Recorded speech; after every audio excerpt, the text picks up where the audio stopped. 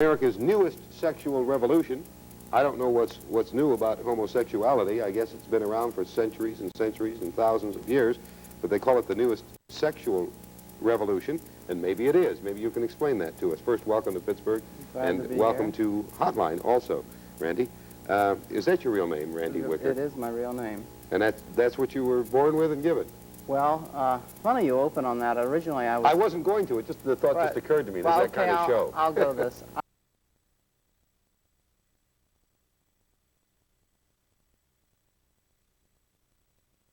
Making appearances on television and radio as a homosexual. My father was a lower echelon executive on his way up, and he said, "It's your life.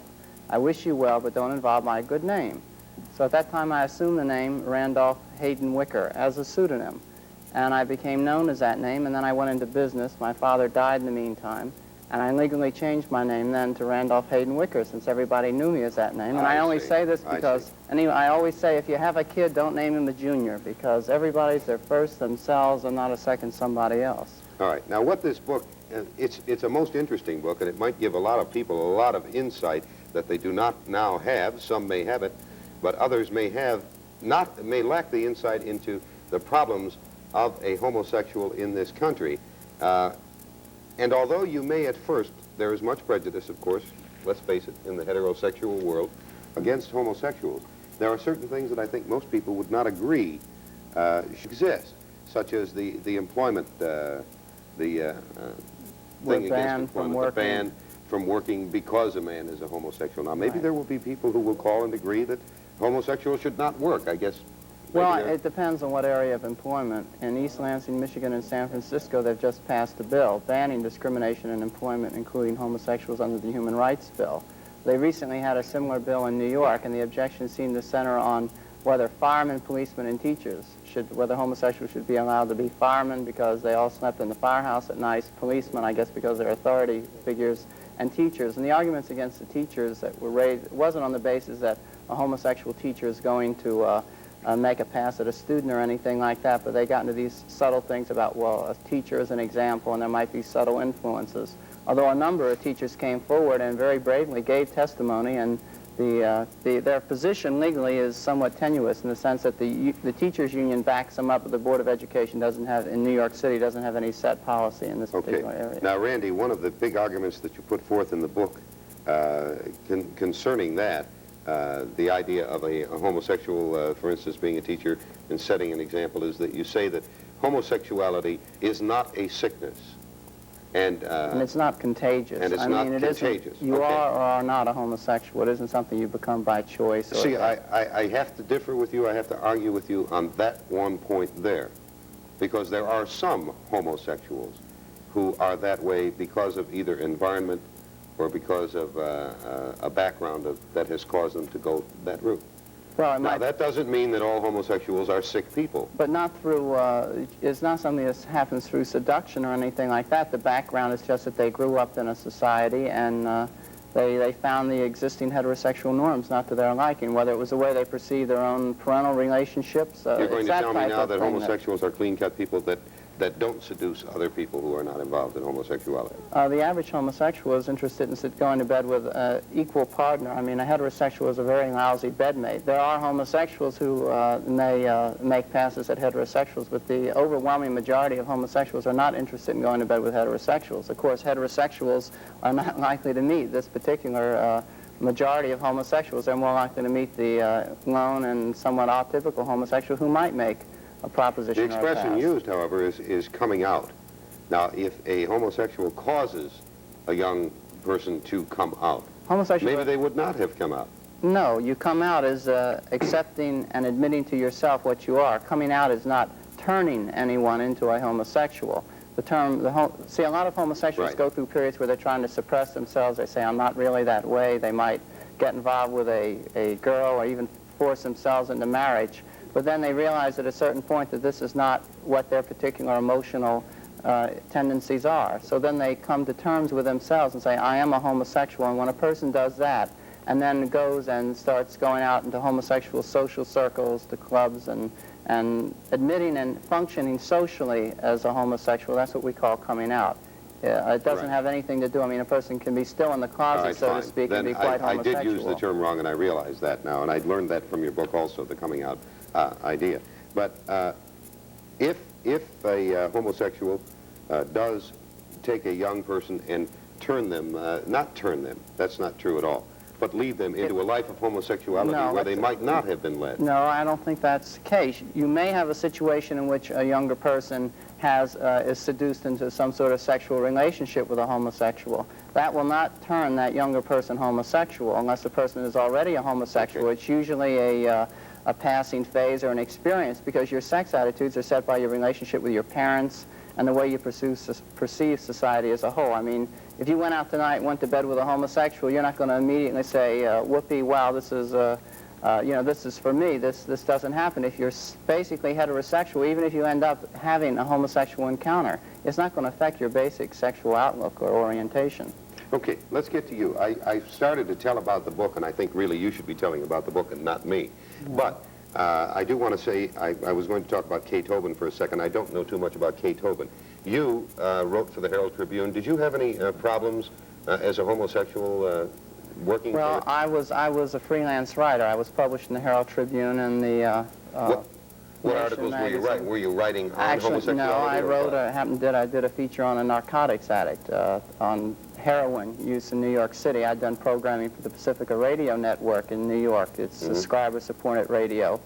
My first program with them was a panel of homosexuals speaking as homosexuals in 1962. And this caused quite a big sensation. At that time, it was big news. Homosexuals on the air for the first time. We got a review by Jack Gould, a full page in Newsweek magazine, a feature story in the New York Times. Of course, hey, homosexuals being on the air, it happens in every city of the country. It's accepted as just another topic for discussion. And I stayed on with them after starting this program, and I did programming mainly on social problem areas. Was your, what I'm really concerned about, was after it was found, after your coming out, after everybody knew that you were a homosexual, did it affect the acceptance of your work as a writer? In one way, I ended up being the men's magazine editor at Countrywide Publications, in which I oversaw about 5 or 6 these, I guess, men's or girly magazines. And I was in charge of this whole section, and there was a write-up in the Realist by Dick Schaff of the Herald Tribune. He originally did it for the Herald Tribune, and it was a humorous article. You know, he has the kind of job most men would die for. He's editor of girly magazines, Marilyn Monroe calendars on his wall, but he's a homosexual. And it was a very light, tongue-in-cheek, and very entertaining write-up. And the editor of the Herald Tribune says, we don't write about homosexuals this way. So Dick ended up publishing it in the Realist, which then was about the only underground publication in the country. And this came out in my office. Woman editor, the beauty editor across the way, got the Realist, and she read it and immediately recognized, me from the description. At that time, I was still working under my given name of Charles Hayden. She went into the boss and said, look, he's a homosexual. You have to fire him. Well, I had been there for a number of months, and it was very funny because instead of being a negative prejudice against me, the boss seemed to be very intimidated. I was doing a very good job. And when we had another opening, he said to the personnel manager, get me another one of those homosexual geniuses, which I thought was sort of very amusing. It was sort of a reverse prejudice. The boss in was that only case. concerned then... He didn't like the fact that I said the boss wouldn't know a good-looking woman if he fell over one. That was the only thing he took exception to in the article, was my criticism of his taste in women. But outside of that... Well, he was concerned with your production, not... Right, and I had private proven life. myself on the job, and, I think it actually, in that creative particular field, it added a certain degree to my mystique. Now, if I had gone in there originally, and somehow he had known I was homosexual before he hired me, I probably would have never had the chance to prove myself in that job. Okay. We have to take a moment out, but I want you to think about sort of organizing your mind so you can answer this question when we come back, the idea of what the gay liberation movement is all about. What are the gays after? And we'll talk about that after this message.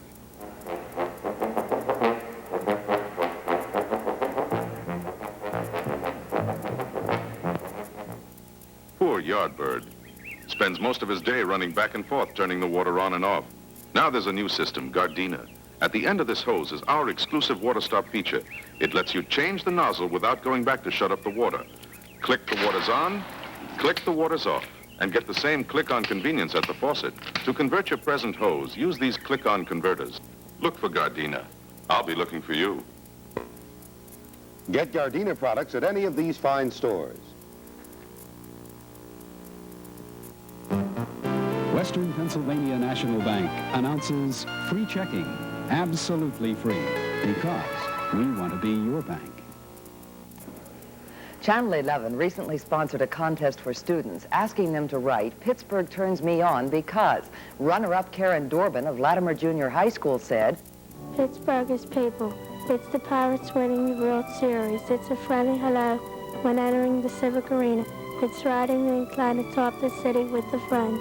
It's meeting a stranger and making a new friend. Told with happy people come to Pittsburgh."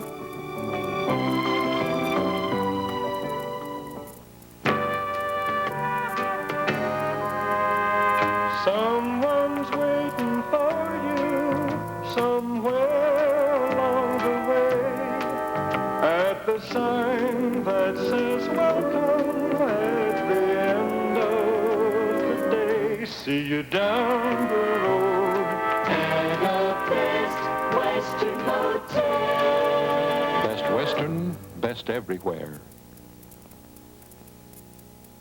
All right, now let's talk about the gay liberation itself. Incidentally, in the book, there are several, what they are is case studies, and you and Kay They're actually like report. stories. Case studies sounds like psychiatric material. This is essentially... It wasn't intended to sound like that, but they are studies of different profiles, cases, different people, profiles. right. And these are real people. Their pictures are in there. They range from Jack Baker, who was just reelected president of the student body at the University of Minnesota, to Dick Michaels, who began a little mimeograph sheet a few years ago and now has a 40-page nationally circulated newspaper with a paid staff of a half a dozen people. And Circulation the minister, of what's his name? 40,000.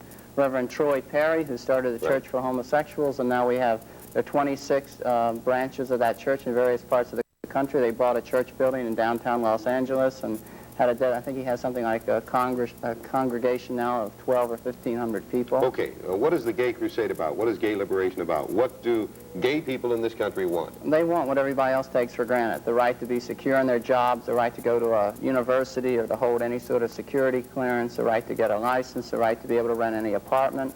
They want the securities and rights that any other American, and the right to assemble peaceably in clubs or social bars of their choice without fear of being raided or arrested, and also just the status of legality in some 45 states out of the, or 44 states out of the 50, homosexual acts are still anywhere from a misdemeanor to a felony, and you might get up to 10 years in as many as 10 or 15 different states if you're convicted of homosexual acts, despite all the recommendations of every learned body of lawyers that has ever made a study. All model penal codes have recommended removing private acts between consenting adults from penal statutes. Well, we have some pretty archaic laws concerning heterosexual activities, too, on the books, as a matter of fact. Right, as a matter of fact, what you're saying is the that between consenting adults... The crime against nature statute, you know, covers, in many cases, both heterosexual and homosexual acts. Like the sodomy statutes in New York, they repealed it for homosexuals, but they said now that heterosexual married couples can do in private what they like. They specifically rewrote the law legalizing sodomy for heterosexual married couples,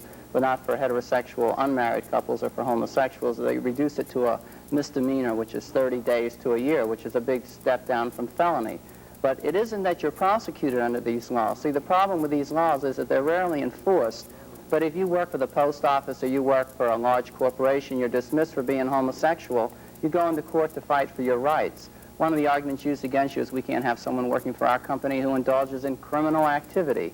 So these laws essentially brand a whole group of people... In other words, you're saying it's an excuse that they're using. Right, it's an excuse, and even though you've never been arrested or convicted, it sort of throws a moral taint. It puts you in the status of being an illegal person. For instance, you have gay bars and clubs in every large city of the country. I've visited several here in Pittsburgh.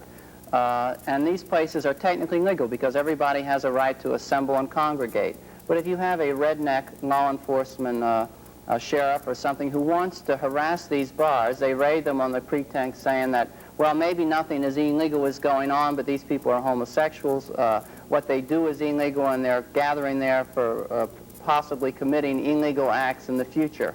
And these are the kind of legal trickery that's used to deny people their right of association. Okay. This, by the way, is Gay Lib Right. Coming to Pittsburgh. This is a new newspaper which just came out this weekend here, called the Pittsburgh Gay Times. Well, I want to show it because there are some people who might pick it up and want to buy it and think that it's about nightlife or something. Well, it is. A lot of it is about homosexual but night. they They might have think, ads well, for the hey, bars let's have a gay and time that's, tonight. Let's have a nice time, and they might get mixed up. Well, I think it's educational. Don't you I think that they should know, though, exactly what it means? Well, I think all you have to do is pick up and look through it. I mean, there's nothing obscene about it. It's a regular newspaper. When you open it up, it's, gay activism comes to Pittsburgh. And while I'm at it, let me say that they say anyone interested in joining a gay lib group here can contact them by writing Post Office Box 10184, Shadyside, Pittsburgh, Pennsylvania. That's Pittsburgh Gay Times, Post Office Box 10184, Shadyside, Pittsburgh, Pennsylvania. I bought this at a bookstore out on Forbes Avenue, a block from the university, but they only had a few copies left. I'm sure if anyone's interested, they can send 50 cents. They'd be glad to mail a copy of the paper to the viewer. One of the interesting aspects in the book that you point out of the gay liberation movement is the prejudice within a prejudice. There is a prejudice. There is male chauvinism that's on the part of the male homosexuals. That's what the women against the women. Now, have you noted this yourself? There are women in there, lesbians in the book, who are saying that the men in the gay liberation movement are chauvinists. Right, and the reason they say that is that homosexuals really are very much like everyone else in the society. We're all raised in one society, so when you have a male organization to begin with, most gay organizations are predominantly male. If you have a general gay lib organization, you usually end up with a 90 or 95% male membership. This has been solved by a lot of groups by having women caucuses, and they have private women-only dances or private women-only events to give women a chance to get together without being outnumbered and overrun by men. Now, when they say male chauvinism, they mean, for instance, that even in the gay groups, we're going to have a party or a dance, and someone will say, well, why don't you girls fix the coffee and serve the refreshments? And, of course, this is role-playing, which the homosexuals have picked up as much as any other group.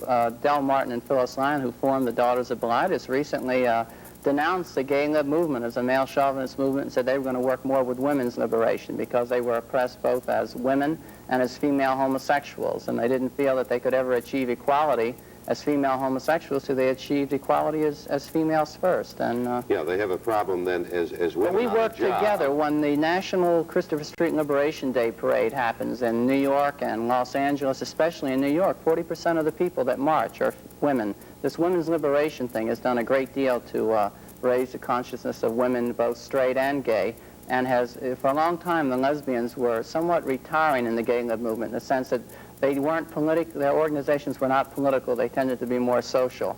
But now in New York, the women's organizations and elsewhere are just as political as the men's organizations. We work together on things. The police raided the Daughters of Bilitis headquarters there. They had a donation at the door, and they were giving away beer, and they came in and charged them with selling beer without a license for 50 cents. And it was just harassment. The charges were kicked out of court.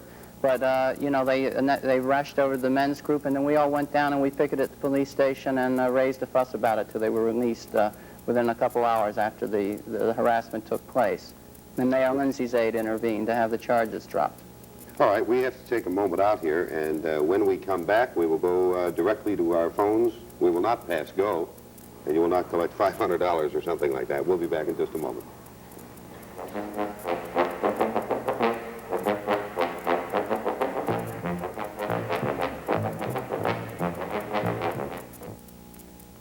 Little girls, they're wonderful. I'm Ara Parsegian, football coach of Notre Dame, and I have a kid sister. Well, she's not so small anymore, and she has MS, multiple sclerosis, the great crippler of young adults. MS is a disease of the central nervous system, and the cause and cure are unknown. But there is hope through research sponsored by the National Multiple Sclerosis Society. When your MS volunteer calls, please give generously. Hi, this is Bill Cosby. You know, in most communities, equal job opportunities just doesn't exist at all. I mean, if you ask most employers, you say, do you have Mexican, Puerto Rican, black man, Chinese, or whatever working for you? He may just say, no, I sure would like to have one. I'd like to find a good. So, you see, that's the problem. They can't find a good. Now, what does that mean? That means that either he hasn't looked for one, or he hasn't thought about one, or he doesn't even particularly care. Now, if you want some advice, if your company or your union needs technical assistance in creating equal job opportunities, then write EEOC, Washington, D.C. The manpower's there. You let the commission help you. Okay, let's go to our phones, if you will, please. Hello, Hotline. Ron. Yes. Hi. Could I speak to Mr. Wicker, please? I'm Yes. here. Randy. Yes. You know, it's funny, but a few things you said, and personally, to me, anybody can be what they want to be. You know, it's their prerogative. Now, I knew of a group of boys, I'll say about 8 years ago, that one of them had been indoctrinated by an older man, you know, and the man paid him. So he got 3 or 4 of his buddies and figured, hey, this is a good way for us to make bread, you know. So He was a prostitute. Huh? He was a prostitute. He was 12 years old. Well, okay, go ahead. I'm speaking of young boys, you know. Yeah. And they found out that this older man had other friends who wished to be this way, and, you know, the younger the better. And it kept on, and the group getting bigger, and, you know, and this happened. Now, these are all white people, the white boys I'm speaking of, not that I am trying to segregate or anything. And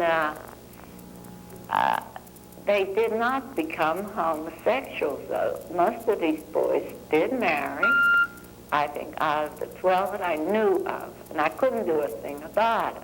I think what Randy was saying is that the boys became prostitutes, right? The boys were prostituting themselves. The age there is very young. I don't think that you'd find most homosexuals are interested in 12-year-old boys. I mean, most homosexuals, like most heterosexuals, may find people in their late teens and early 20s very attractive, but I think when you get to, I mean, a 12-year-old isn't the most scintillating conversation or company, you know, and certainly in a one-way paid relationship with a heterosexual, it certainly wouldn't be sexually attractive to a large number of homosexuals. I'm not denying that this did happen, but I'm sure that you could go out and find 12, 13, 14-year-old girls who went downtown Pittsburgh or wherever where they knew that men would approach them and give them money for sexual favors, that you would probably have a heterosexual prostitution in the same age range and, you know, to the same degree. I think it's unpleasant situation and unfortunate, but I don't think it's typical.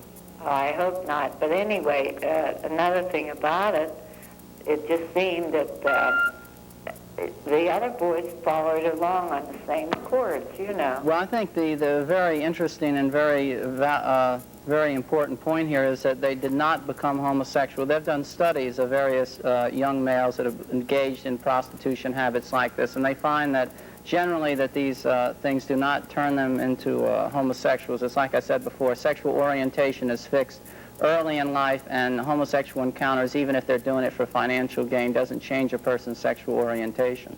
Okay, I thank you for calling, ma'am. Goodbye. Hello, Hotline. Ron. Yes, sir. Is it Mr. Wiggins, your guest? Wicker. Wicker? Yes. Okay, I have 2 short questions. First of all, I'd like to know, is homosexuality a normal form of sexual activity? It's a normal variation of sexual orientation. But it's not the most common form, right? No, it's in the population at large, 4% of your population is exclusively homosexual, the males. And when you get up to maybe a 12 or 16% bracket, when you include people who have a fairly extensive history of bisexual activity, in other words, maybe for a 3 or 4 year period, homosexuality was their major source of sexual outlet, or they went through a sexual involvement of some sort. Maybe sometimes this is just a situation involving I have to ask this gentleman a question, though. I want to know if you're asking Randy if homosexuality is normal to homosexuals, or is it normal generally? No, I mean generally. I mean, well, obviously, no. Well, now wait a minute. Exclusive homosexuality is not statistically. You know, normality has to do with statistics. 37% of your male population, according to the Kinsey researchers, has one homosexual orgasm at least between puberty and old age. But another 15%, 37%, but 15% more have fantasies and desires that they never act out. So you really get down to a figure of 52% of your male population who to some small degree, a homosexual fantasy or homosexual activity to some small degree enters into their sex life. This does not mean that, of course, 52% of the male population is homosexual. Only 4% to 10% are 4% exclusively homosexual, and McKinsey studies were 12, another 8% bisexual. Yeah. Okay. I'm a college student, and from my classes, I've understood that about 80% of normal or of sexual activity is heterosexual. Now, if this is true, which it may or may not be, I would just like to know that this, let's say, 20%, or we can argue about 16%, or... It doesn't matter, just the minority percent. Okay, the minority percent. Then I'd just like to know, why do these, let's say, the lesser percent persist at public places in Pittsburgh? Now, I've known this personally to happen to me in groups of 2 or more, let's say, homosexuals, come to a person and try to, more or less, say things to them which would get them to come with them, or things like this. Try to pick up somebody is what you're saying. Yeah, right. Well, depending on the social circumstances, I think it's within the range of normality that any male will go out and try to pick up someone that he finds attractive. I do not think that people should be grossly offended if someone makes a very subtle overture to them of a sexual nature. You should consider it a compliment that they find you attractive. This doesn't mean that I condone those very few homosexuals that might water in toilets or accost people in a very gross and specifically genital sort of way. The majority of homosexuals, of course, the average heterosexual never sees, because the majority of homosexuals here in Pittsburgh gather in the 3 or 4 private clubs and the 2 or 3 public bars, which cater to them. We have our own world, and those homosexuals you never see. See, the only homosexuals the average heterosexual sees are 3 groups. The ones that are extremely transvestitic and go and sort of make a spectacle of their cross-dressing on the street. Those that accost people or try to go out and pick up heterosexuals, which, as I said, heterosexuals really make very, very unsatisfactory bed partners for the majority of homosexuals. They're very inhibited. They're very limited in bed. They're emotionally frigid when it comes to being reciprocal in a homosexual relationship. Homosexuals are not looking just for genital or sexual release. They're looking for emotional, affectionate relationships, and a heterosexual has no capacity in that regard. Homosexuals have one-night stands just like heterosexuals. So what are you talking about? But They're most looking for emotions and deep meaning. Well, most heterosexuals are looking for a love relationship. The average heterosexual doesn't spend his life going from one night stand to the next, and those homosexuals who do are generally looking for love affairs and just haven't been able to find one or establish one. It's more difficult to establish a homosexual relationship and maintain it. I've been with my lover for 8 years, but that, when you get into long-term relationships, you're really dealing with a minority of homosexuals. I think the really legitimate research has shown as much as 40% of the male population, homosexual population, doesn't have an enduring relationship that lasts over a year or more. Well, why is that? Why does that happen with homosexuals? Well, because there's nothing holding you together. I mean, you move in, you have a fight, all the pressures are for you to separate. You don't own, the society doesn't recognize your relationship. The family is anxious to break it up. People move in, they break up, move out, and the neighbors couldn't care less. In some cases, 2 men living together arouse suspicion, and in a small town and where social attitudes aren't liberal, it encourages people to move out from each other. And also, I think that you have it's funny, I've sort of done the women a little disservice here, because lesbian relationships tend to be much more stable and enduring in the home. They do a much better job of establishing lifelong and long-term relationships than the average males. Now, this doesn't mean that a large number of males don't. Wait a minute. No, that's wait a minute, this gentleman wants to say something here. Let him get in here. Go ahead. Go ahead. Have you ever had a relationship with a female?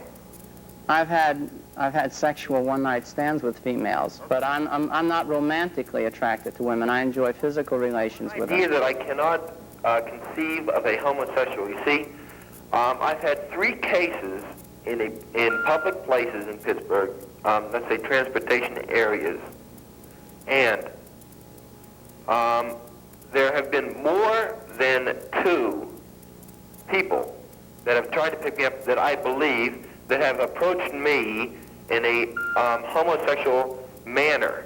I don't doubt that, probably on bus stations or train stations, but these are 2 people. There are 50,000 homosexuals probably in greater Pittsburgh, and you've never seen the other 48,998. Okay, and these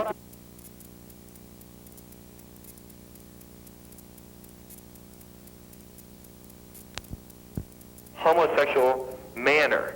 I don't doubt that, probably on bus stations or train stations, but these are two people. There are 50,000 homosexuals probably in greater Pittsburgh, and you've never seen the other 48,998. Okay, and but these what people... I want to ask is why do people like this, when there are two or more, do they have to have other people to, try to induce other people to... I have never, I tell you, I have never seen people go out in groups like that and try to pick people up. I would tend to think when people go out to pick up someone for sexual activity, they generally do it on a one-to-one basis. Now, maybe in your case, I don't know what you look like, but maybe the person felt that maybe you're a football player type or something that's physically intimidating, and maybe the guy was a lot smaller or something and wanted to have a friend along for security's sake. That's the only thing I can think of. I'm just, being hypothetical here because I don't know the circumstances. The question I have is that this has happened to me, and there are two or more, and I just wanted to know if there were two or more, why couldn't they just pair off? As far as I'm concerned, this is fine, because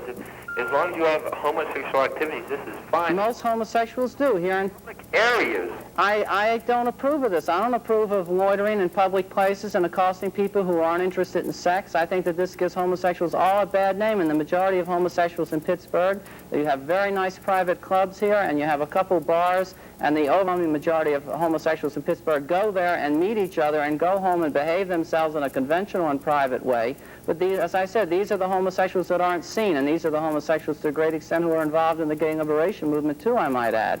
And so there are two people at the public bus station or wherever these people are toilet, wherever they accosted you, I don't know. But it's not fair to condemn 50,000 people or stigmatize them, and this is the kind of press we get. One guy molests a kid in downtown or in Pittsburgh, and it makes the papers, and everyone says, look, all homosexuals molest little children, or there's some sort of crazy sex crime. Or a guy goes down the street and he sees one very obvious, effeminate, affected, stereotype sort of transvestitic homosexual, and he says, look, that's what homosexuals look like. He doesn't see the 900 other average-looking conventional homosexuals who look like myself, for instance, if I can use myself as an example, that he passes on the street every day and doesn't realize are homosexual. So we have a terrible press, and I think that if you really were aware of the overall scene on this, you'd realize that these people are atypical, and the behavior that they're engaging in, I think, is disapproved of by a large segment of the gay population at large, because they give us all a bad name. I mean, I personally am very disgusted by that. Maybe I'm a little bit puritanical, but I am, and I get mad because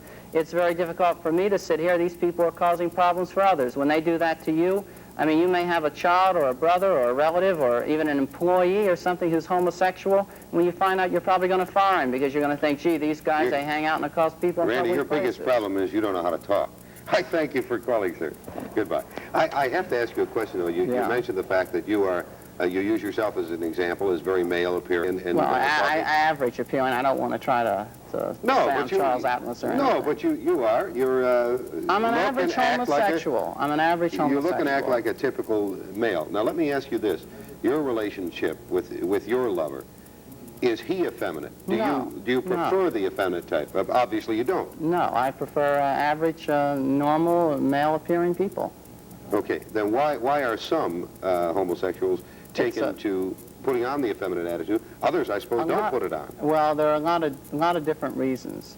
My own feeling is that these people feel that to like a man is illegitimate. Therefore, if I'm a woman, it's only legitimate for women to like men. So therefore, if I'm attracted to men to make myself legitimate, I have to become some sort of pseudo-female. This is really something maybe out of 100 homosexuals, maybe a half a dozen will be really what you call very Nelly or effeminate. And these people are not particularly attractive. Sometimes these people get very effeminate to try to attract heterosexual males. You know, in the bisexual area, there are a lot of heterosexual males that'll go out and consider that a male dressed like a woman or acting like a woman, they, you know, even though they're genitally a member of the same sex, they sort of play a very strictly structured role game in which they feel they're male, even though they go to bed with a homosexual. Okay. Hello, Hotline. Okay, Randy? Yes? Okay, Randy, what's your stand on this as far as the Army goes on homosexuals? Because I myself think it's too strict. Well, to begin with, when you go into the service, you have to declare yourself, or you risk, you have to commit perjury. I declared myself and was exempted from the draft, which, considering the current war, the Vietnam War, I'm very proud to be for after being homosexual. In World War II, I think I would have lied and gone in to serve my country. A large number of homosexuals do go into the service, and there's a real sad situation here, because if the service then finds out you're homosexual, sometimes a homosexual will get in, and after 6 months he'll find that the living in the barracks and the discipline, that, you know, he just can't adjust to life in the Army. He'll ask to be discharged, and they'll insist on giving him a dishonorable or general or less than desirable discharge, even though he's had no sexual activity with any other servicemen. And, you know, just the very fact that he's homosexual. Now, there are a lot of court cases now fighting these things. You mean it's just because that he is homosexual that they'll put him out, right? Right, and they'll put him out. It's, you know, it's fine. If they want to let a man go, let him go with an honorable discharge. Say, okay, you know, it's not working out. You know, you have a good record in the Army. Here's your discharge. Leave. But they don't. They stigmatize a man for life. And then when he goes for private employment or for a government job, he has to explain why he has a general or dishonorable discharge. I agree with you there on the discharge idea. But do you think a homosexual should be allowed to... now, for instance, I'm heterosexual. Now, I dig women. Okay, now, if they put me into a whack barracks, it ain't going to work. Well, you know, only the United States exempts us, and all the military. So what do you do to the homosexual? In Europe, in Sweden, and in other countries, look, if men turn you on, and you have to live and sleep and eat in the same barracks with other men. You do it in college dorms. You do it throughout society. Homosexuals wouldn't have too much trouble controlling themselves. You simply go off base and have your own private activities outside. If you are worried about segregating and this sort, I believe some of the European countries let homosexuals specialize in things like nursing or medical corps. Reacts the same as a heterosexual, then I'm just telling you that they couldn't put me... We're used to hiding but you couldn't put me into a women's barracks for 6 months. Yeah, but on the other hand, if you were to go into a room full of naked women and take a shower with them, you would probably physically react. I'd go into a room full of naked men and take a shower, and I would have no reaction at all. Simply, a homosexual learns self-control. No, I'd probably be embarrassed to death if I were in a whole room full of women. No, but the point I'm making is that a homosexual learns to live a camouflage life and to hide his inclinations and desires from other people. And you wouldn't want to be known in a military situation anyway. I mean, most of the homosexuals in the Army are very undercover, and a large number of homosexuals go into the Army and serve with distinction. One of the fellows in our book said the Army gave me a medal for killing a man and a dishonorable discharge for loving one. Right? Yeah. I understand now. You were saying that if you were put in a wax bag, it'd be awful hard for you. Yeah. Say that in due time, you would become used to it. Oh, I suppose you're right. Yes, I suppose you're right. You have it happening here with these co-ed dormitories. Yeah. Women on one floor, men on the other. I mean, you know, I haven't heard of any mass rapes or anything. I mean, people just learn social control, that's all. I mean, it's just a matter of control. Right. Nudist colonies, I suppose. I suppose you're right. Okay. I thank you very much for calling. Okay, sir. Thank you. Bye-bye. All right. We'll be back in just a moment.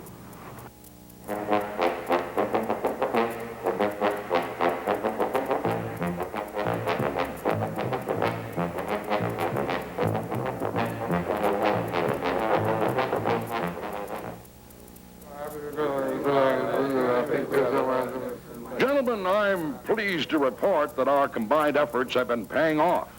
Both the syphilis and gonorrhea forces are showing nice gains. And today, I'm happy to say that Operation VD has reached epidemic proportions. The future looks bright. Enemy opposition is not mobilized. In fact, the enemy doesn't even know the symptoms of VD. And to think all they'd have to do is go to the library. It's a good thing we can't hide from a simple test. And if detected, we don't stand a chance against their defense weapons. But don't worry. Looking to the future, it looks like we'll have another good year. Informed sources indicate that the enemy doesn't care about education and early detection. This on-the-spot reporting has been brought to you by the American Osteopathic Association. Hello, Hotline. I've been to a lot of gay bars. A lot of my friends are gay. And I'd like to say that they're really more than a straight person is. Like, you can go to a straight bar, and the people aren't as friendly. The guys, they think you want to take them home and everything else. But if you go to a gay bar, everybody's more friendly to you, and they're not like everybody puts them up, like they attack everybody and they run after everybody. Oh, baloney. You're heterosexual. Come on. Are you heterosexual? Yes. Now, this That's girl a ridiculous statement to make. There are, as the gentleman calling before said, there are people who accost him, homosexuals who have accosted him. There are also men who will accost you in a bar. There have been a lot. What? There have been a lot of men that have done that to me. Right. Heterosexual men. Okay, they're wrong, right? Yes. they are. All right, but to say that the gay people are all the greatest and the others are not, that's They're ridiculous. all the greatest, but they are more friendly to everyone. Homosexuals, Sexually. Unknown to most people, are very fond of very liberal and open-minded women. And when a woman such as this lady on the phone goes into a gay bar, generally she'll be received very well and treated with deference, and the people will really put themselves out to be friendly. Well, I gotta find out Some women prefer to date homosexuals because they're great company and they don't try to there when you go drag into them a to bed. regular straight bar? What happens? Does somebody attack you or what? Or are you afraid to sit there and talk to men? No, if you go into a straight bar and you're a girl, the guys just don't walk up and talk to you to be friendly. They either walk up and talk to you to take you home and get you into bed, or they walk up and talk to you to take you home and maybe date you. But no one actually just comes up to be friendly, sits around and talks and leaves. There always has to be like a catch to it. Well, that's ridiculous. This is a he-she relationship. You sound like can't you make friends with these people? Can't you just sit and talk to somebody? She's saying heterosexuals accost her in public places. She should have given us the same complaint the That's other what I said. fellow. Oh, I agree. Yeah, right. I agree that this happens. But if you can't handle the situation, you shouldn't be let out of the house. I can't handle the situation. Well, that's darned unfortunate. Well, You I have a lot of growing up to do. I think you're being really overly severe. I mean, she wants to meet people and to relate to people on a Then she social should level meet rather to than them being and treated as a she sex can meet object. them and relate to them. That's right. To have a lot of Then open your mouth when you're talking to them and talk, dear. and I'd like them just to be friends, but most straight boys just don't want to be friends with girls. Well, I'm sure you have some straight boyfriends that are that way, and I'm sure you enjoy their company as much as your gay friends, don't you? Then I would examine my conversation, dear. No, there isn't. When you go to straight people, the guys aren't as friendly as the gay people. The guys want a girlfriend. They have other friends like girls, but like most group of boys do not want to be friends with certain girls, straight ones. Well, there are some who are that way and some who are not. But somehow it manages to work. We have a lot of marriages. So what you're saying is ridiculous. No, when you go to... Somehow people find some sort of a meaningful relationship, heterosexual relationship, and they do it sometimes meeting at a bar, sometimes meeting at a church function, or sometimes meeting in school, or at work, or wherever they might meet. But meeting as people, not meeting just as so much flesh on a meat rack or something in a one-night stand pickup situation. I think this is what the woman is complaining about. Yes, that's what it is. You want to walk in and be friends with people, and most of the straight numbers don't want to be like that. I think it's fine to make social friends in all social circles, but I certainly wouldn't eliminate heterosexuals, and I wouldn't come down on them too hard because they make sexual overtures to you. They are too severe. They don't... You just got through saying before, Randy, that this gentleman should be pleased that the homosexuals found him attractive. I think this gal should be pleased that men find her attractive. I agree, and I think that she should be put off those people that come on in a way to her that she doesn't like, and make friends with those males who come on to a way in which she's treat her as a person and relate to her as a human being. Right. That's all I'm saying, and I agree with you. Okay, I thank you for calling, and I hope you can solve your problem of talking to men. Okay, thank you. All right, bye-bye. Hello, Hotline. Hi, Ron. Yes. I just want to tell you I enjoyed your show very much. Thank you. I wanted to put a question to the author. Mm-hmm. I'm doing a study at school. I go to Penn State, and I'm interested in finding out how most homosexuals get started. You know, when they first deal with other fellas. Like you hear a lot, Or women dealing with other women. Again, the male chauvinism is coming in. Well, yeah, it's funny because people do think of homosexuals generally as being male, but, there are a large number of females that are homosexual, too. I think it varies a great deal. If a person comes out very young, say a person 14 or 15 years old knows they're homosexual and wants to meet other homosexuals, unfortunately they're relegated to beaches or parks or areas where homosexuals congregate because they can't go to private clubs. Most homosexuals, when they come out, if they're drinking age or older, will go to social clubs or private parties and meet people in a general course of life like everyone else. Mm-hmm. Okay. I thank you for calling, sir. Goodbye. Hello, Hotline. Yes, I'd like to know, what about the homosexual that goes with a dude now that feels on a woman's legs? Now, I'd like to know this here. Like, the homosexual playing both parts, but still they come up to another person and say, wow, I want to feel on your legs. But still, they had their own thing. Now, I'd like to know, from his point of view, how would he feel if he went up to a woman and felt on her legs? Well, Well, you mean homosexuals come up to you? Bisexual? Yeah. No, she's not, homosexual at all. But, like, she has been around him for all her life, you might as well say. And, like, he goes up and feels her legs and stuff. And so, like, well, I want to rip you off. Now, what's that, when he come on that one? I find it hard to really understand what you're talking about. Some woman comes over and puts her hand on your legs. A homosexual dude. Well, then he's not homosexual. I assume you're female. You sound female. Yes, I am, all female. Well, I don't think homosexuals are running around slipping their hands up women's legs. At least the homosexuals I know aren't. Most of them aren't. The male homosexuals. The male homosexuals. I'm telling you from experience, like, What, is there a man who does this to you? No, I'm pure woman. Like, say, a homosexual. It's a woman that does this to you? That's what she said, I think, originally. My legs. And say, like, oh, wow, I want to rip you off. I want to do this, I want to do that to you. This is a woman who's doing this to you, right? Man, a homosexual. Oh, he's a homosexual, but he does Well, then I'd say he's a bisexual, and in this context, he's a homosexual. I mean, he's a heterosexual with you. Well, do you think that, like, I don't think that sounds very nice to come to somebody and say, I want to rip you off. It doesn't sound to me like a great opening line in lovemaking. I mean, I wouldn't be turned on by that kind of approach. Well, I can understand that, but I mean, like saying, do you think that, like, he will, I mean, you think the world will be this way as being a homosexual? Well, I don't think so. I mean, it seems to me just sort of a wacky situation. Saying, no, it's a wacky situation. Like saying, okay, one night you rip off a dude, next night you rip off a woman, and they don't know, what is this ripping off? I think that's I mean, ways to go. I wouldn't like anyone for an explanation. I think you can understand it.